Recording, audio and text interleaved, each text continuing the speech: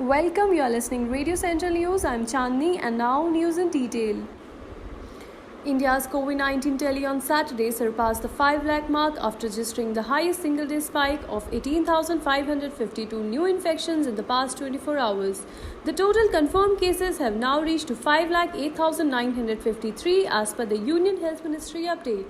Casualties across the nation due to the virus have reached 15,685 after 384 more lives were lost since Friday.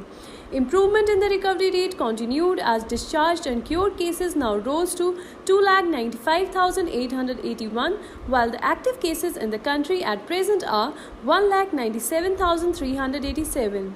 The recoveries are now 98,494 more as compared to the active cases.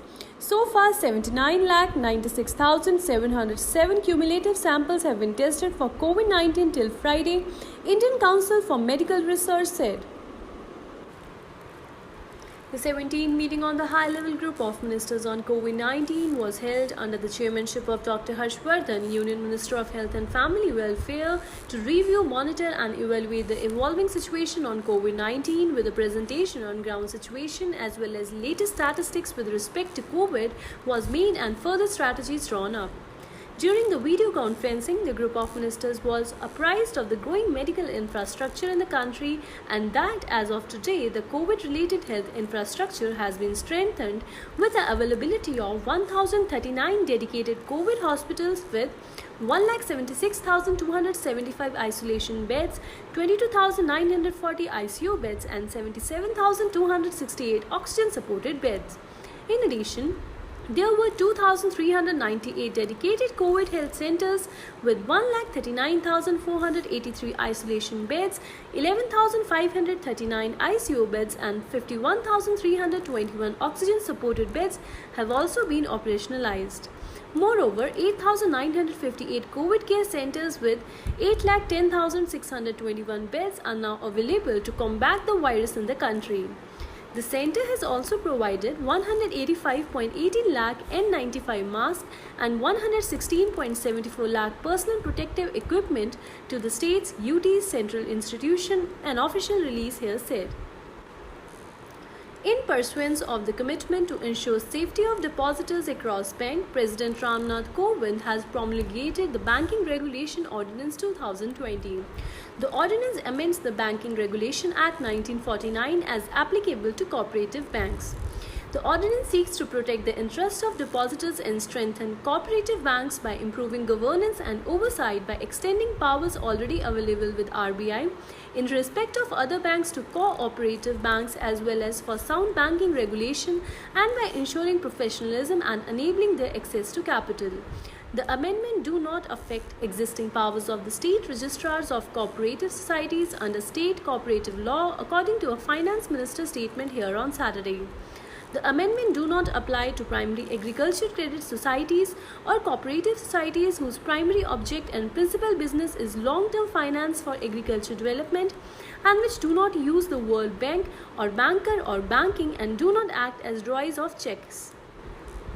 The ordinance also amends Section 45 of the Banking Regulation Act to enable making of a scheme of reconstruction or amalgamation of a banking company for protecting the interest of the public depositor and the banking system and for securing its proper management even without making an order of moratorium so as to avoid disruption of the financial system.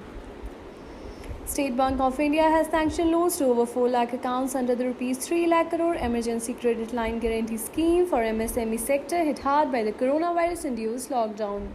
On the occasion of International MSME Day, SBI Managing Director C.S. Shetty on Friday addressed MSME customers and employees across the nation video conference. SME products were highlighted due to the customers to increase awareness and enable them to choose the right product for their business, SBI said in a statement. At the national level, the bank has sanctioned loans to over 4 lakh customers under Guarantee Emergency Credit Line facility so far, a senior bank official said. About Rs 20,000 crore has been sanctioned to eligible MSME customers under the scheme which was launched on June 1. The scheme will be applicable to all loans sanctioned under GECL facility during the period from the date of announcement of the plan to October 31 or till an amount of Rs 3 lakh crore is sanctioned under the scheme, whichever is earlier. The Uttar Pradesh Madhyamik Shiksha Board declared the results of Class 10 and 12 examination on Saturday. Riya Jain of Bhagbat and Abhimanyu Verma and Yogesh Pratap Singh of Barabanki bagged the first 3 spots in the high school examination, and Anurag Malik of Bhagbat, Pranjal Singh of Allahabad and Utkarsh Shukla of Aurya are the top 3 scores in the intermediate exam, Deputy Chief Minister Dinesh Sharma said. Over 56.10 lakh students had registered for the high school and the intermediate examination conducted by the board, and over 52.57 lakh examies had appeared in them. Announcing the result, Sharma said despite the odds posed by the COVID-19 situation, the UP board was announcing the result in time to help the students plan their future. The passing percentage this time in the high school examination is 83.31% and in the intermediate it is 74.63%, Sharma said. He said the passing percentage among the girl students was better than the boys. That is all for today's news bulletin. Stay tuned to Radio Central News for more updates.